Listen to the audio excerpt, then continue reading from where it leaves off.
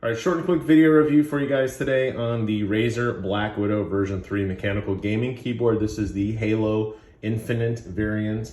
It does include the Razer green switches with the UV coated caps and a wrist rest. We'll go ahead and take a look at the actual keyboard here. So a couple things to note. First and foremost, inside the box, you get a user manual. You get this code, which I can't figure out how to redeem. Some people said it was just weapon swaps or challenge swaps rather. I don't know. It's a code that doesn't seem to work anywhere. So if I figure it out, I'll let you know what's in it in the comments below. You get your little fancy, hey, welcome to Razer guy. And then you get a sticker set, which I'll throw on the rig at some point. But the reason you're buying it or being gifted from your mother-in-law is that you get the keyboard. So I actually really like this, and it's probably hard to tell. If I turn off the light, maybe you'll see it a little bit better. Do you see some pulsing lights, how it's kind of glowing a little bit? So this has the Razer RGB chroma to it, which means it's got a bunch of different tools that allow you to edit how the look and feel of this keyboard is. You can have a ripple effect where you hit a key and all the lights illuminate out from it. You can have different profiles for each game. So like the WASD will light up differently.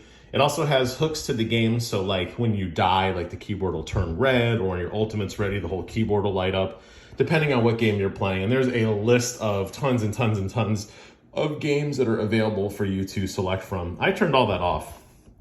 I actually don't even care about any of that. I just wanted it to have this really cool pulsing effect. There you can see it a little bit there. Now it does offer backlights in terms of like the actual key themselves, like the word shift, and then you could see in the gap between like shift and enter, there's actually lighting there. So there's two different types of lighting, which is actually really, really cool. It comes with a media button, which cannot be reprogrammed, unfortunately, but it essentially acts as a space bar.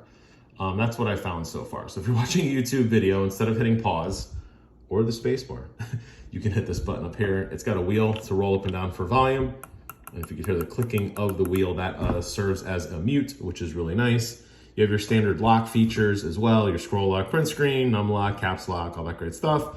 If you want that, and then actual keyboard itself. The keys are very, very glossy.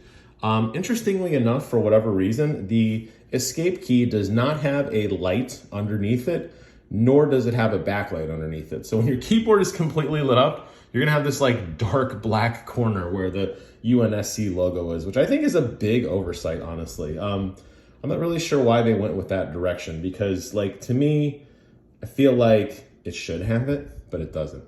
Maybe I got a rejective one, I don't know. I didn't like tear it open to look to see if other people are having the issue, but it is kind of funny because, I'm guessing that's a licensing thing because it's kind of like an official Halo logo, and maybe they didn't want to have different colors behind it. I don't know, but it seems kind of like an oversight to me. The keys are smooth. You can see already some hand grease from me smashing the space bar when I'm playing Diablo. The nice thing about these keys, if I bring it over to the side here, is that they are all lifted up from the keyboard. So it's gonna be super easy to get an air can. Let me lift this up a smidge and show you. Can I do this? Oop, it's super easy to remove the keys. There you can see, you can look through and see the whole track all the way down. So the keys pop off easily enough. This is actually a good thing. We can take a look at the key here. You can see that it is backlit. You can, that's what the light allows it to, shine through. And there's the key. So you have, like I said, the two different kinds of light. They snap on and off very easy. They didn't give a key removal tool, interestingly enough. Obviously, me just trying to palm the keyboard and lift it up, I didn't necessarily need one.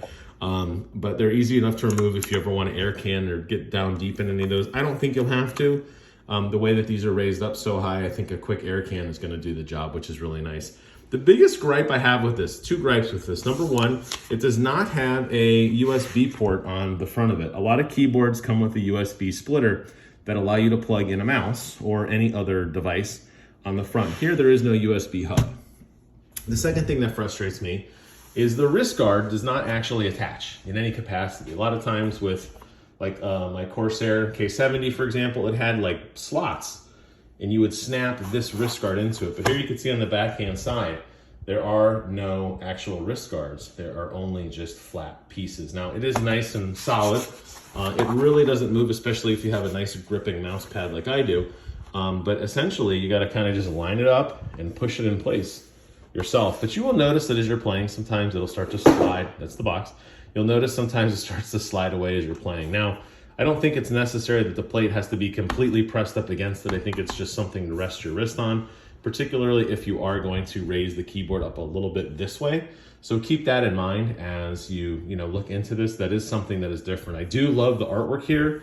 It looks really, really good. The lines and the scoring are just painted on. There's no actual material. There's nothing to like stick your hand in. There's no like actual rip there, but this does actually style very well. It does look like Chief's armor, which is really, really cool. There you can see some wear marks there as well. So really, really nice keyboard. Got a nice feel to it. It's not overly clicky, but I think it's clicky enough. So that wraps up my review. I enjoy it. Like I said, there's a couple things I think it can do better, but if you're a Halo fan like me, this is probably a must-have, and you might already have it because I think it came out like a billion years ago. Thank you all so much for watching. Take care of yourselves, and until next time, I will see you guys on the other side.